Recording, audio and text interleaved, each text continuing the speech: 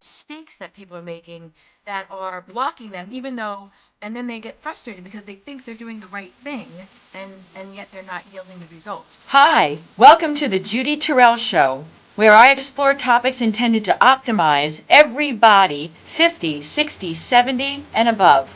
Hi, everybody, and welcome to Your Second 50. And you're joining me on my 6-part series on tips for how to lose fat. All right? I'm sure that you see a million videos and a million influencers out there with all, tips for all different, age groups and all different, techniques.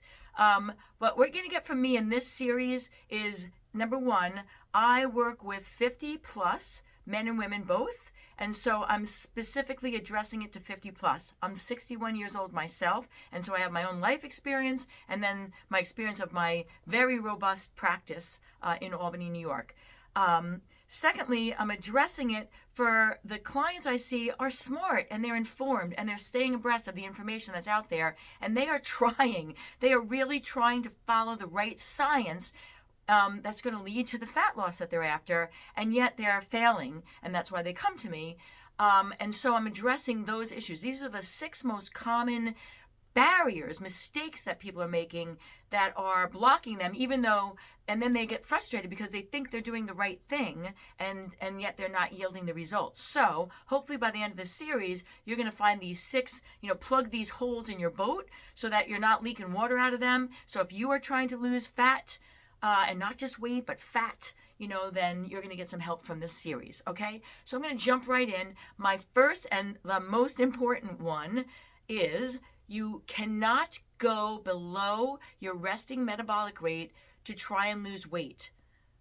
Let that sink in, okay? Because everybody's always about, I'm going to go on the least amount of calories I can take in a day, and that's going to help me to lose weight. And then they might find that initially there's some weight loss on the scale, but then you plateau, and then inevitably, if you take the zoom, the panoramic view out, the weight comes back, and sometimes even more. So that's like frustrating, exhausting, and psychologically annihilating. So then when you have to try and do something again, you're even less motivated to do it. So calorie deficit, okay, let me address that right here. You do need to have a calorie deficit. There's a lot of information that's out right now. You don't need to track calories if you just eat healthy. Well, I have a lot of clients that are eating really healthy, and if they don't track their calories, this is one of the barriers to them not seeing results. All right? You can do things that will throw off a calorie deficit. If you're not eating the right types of foods and you have a hormonal response with insulin and cortisol and ghrelin and leptin, and they go awry, then you're going to have a difficult time losing weight, even though you're at a calorie deficit. But you need to be at a calorie deficit in order to lose weight. It's physics. And no program, the science shows, keto, paleo, vegan, no matter what you do, intermittent fasting, you can do all different ways to lose weight, but the one thing that's common with all of them is that there would be a calorie deficit. So we need to be at a calorie deficit. And I think most people know that.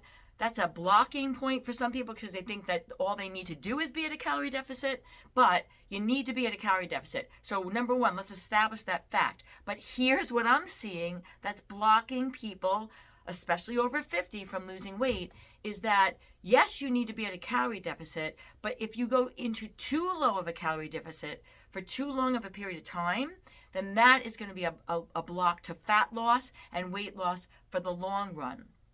So what's resting metabolic rate, okay? Resting metabolic rate is the amount of calories that your body needs. If you were laying in bed for 24 hours, you didn't move at all, no physical movement, but your brain was functioning, you're respirating, and your heart's beating, and all your, functions in your body that need to be ongoing to keep you alive are in process, okay?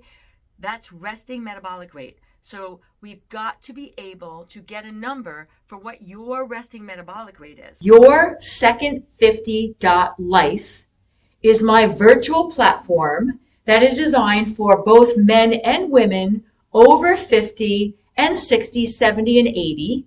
And it includes pre-recorded video information on exercise and how to do it whether you're fit and in good health or if you have bad knees, bad shoulders, a bad back, whatever. It includes information on how to eat for weight management and how to eat for health management.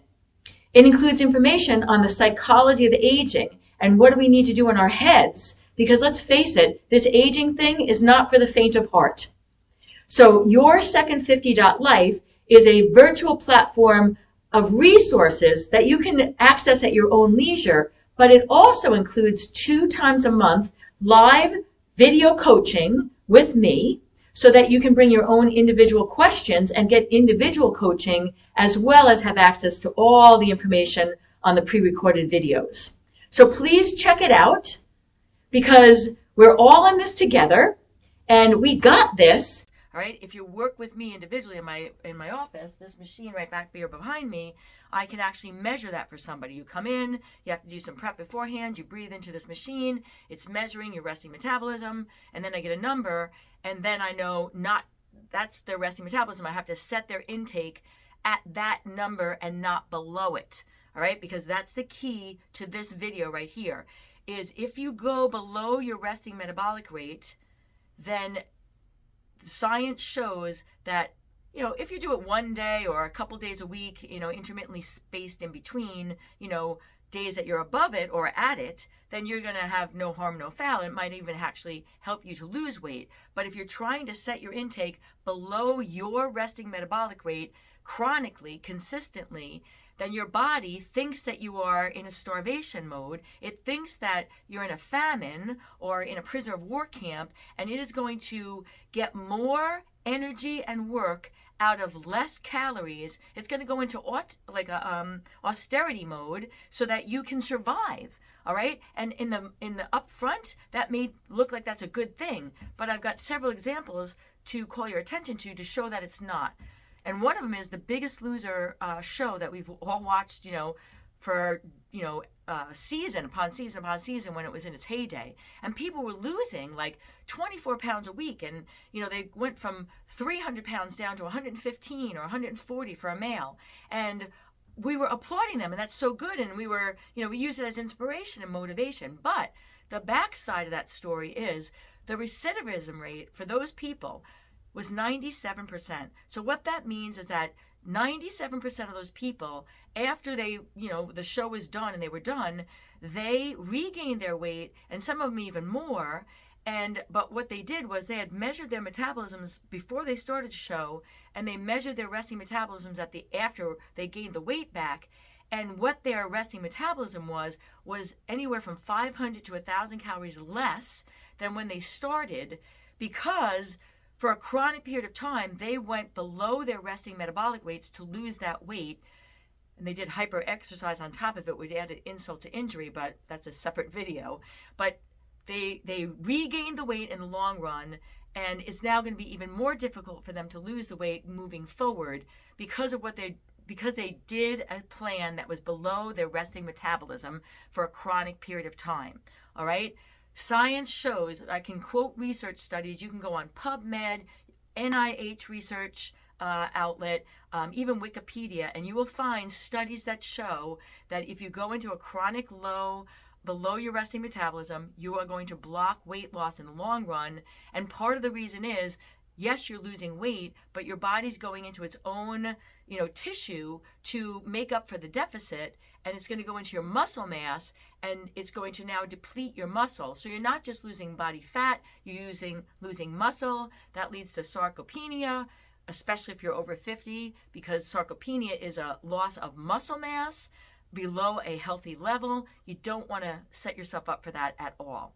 So now, the point being for this video, you got to know what your resting metabolism is. You have to target a calorie deficit amount, but because you move around in everyday life, you're, cleaning your house, you're walking from room to room, and you're on the parking lot, going from your car into a building, and you might even do formal exercise on top of that, you are burning more calories on a day-to-day basis than your resting metabolism, okay? So there's where your deficit is going to come from. But if you go below your resting, you are now going into austerity mode, going to deplete your own muscle mass, and in the long run, that is not a good method for weight loss, all right? So you have to be at a calorie deficit. You have to be at your resting metabolism to go for the maximum calorie deficit before you get into the liabilities, and you got to be able to determine your resting metabolic rate. There are facilities like mine. You can find practitioners in your area. Google, resting metabolic rate analysis in your zip code. Come find me if you live locally to me to get your measurement, okay? An actual measurement. If you can't get the actual measurement, there are two ways to also get this. Number one, some of body composition analysis machines will then also give you a algorithm-derived resting metabolic rate, all right? That is your second best if you can't get it measured. Secondly, there are equations online. So if you Google search resting metabolic rate equation, you will get that, and you can plug in. It has to do with your weight, your age, height, and you will get a number.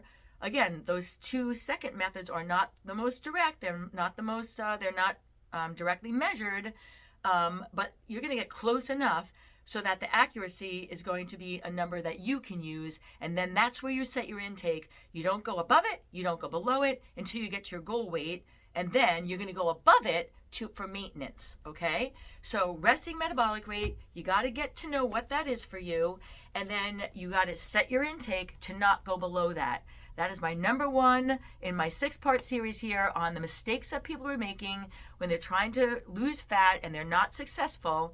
All right, so take that one, put that into, institute that one, get your information for your metabolic rate, resting metabolic rate, and then tune in for episode number 2 to see what the next mistake is. All right, everybody, in the meantime, we got this. And if you'd like to have access to some of my additional resources, I can be found at Facebook, Instagram, YouTube, and on my website, www.judyterrell.com.